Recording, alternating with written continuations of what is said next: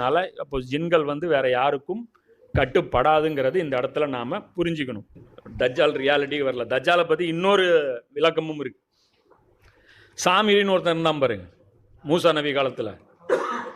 மூசா நபி காலத்தில் வந்து காளைக்கன்றை வந்து சிலையாக செஞ்சு அது வந்து பேசுகிற மாதிரி வந்து அம்மானு கத்துற மாதிரி அதை பண்ணான்.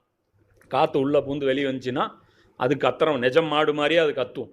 இது பண்ணான். இதுக்கு மூசா நபி காலத்தில் அல்லாஹ் குரானில் வந்து பனிஷ்மெண்ட்டு சொல்கிறான். என்ன சொல்கிறான்? யாரெல்லாம் இந்த ஷிர்க்கு வச்சாங்களோ அவங்க எல்லாரையுமே மரண தண்டனை, பனிஷ்மெண்ட்டு, மூர்த்ததுக்கான தண்டனை, கொன்றுணும். செத்துட்டா மன்னிச்சிருவாங்க. செத்துட்டா சொர்க்கம், மரண தண்டனை அக்செப்ட் பண்ணிட்டீங்கன்னா சொர்க்கம். யார் கொல்லணும்?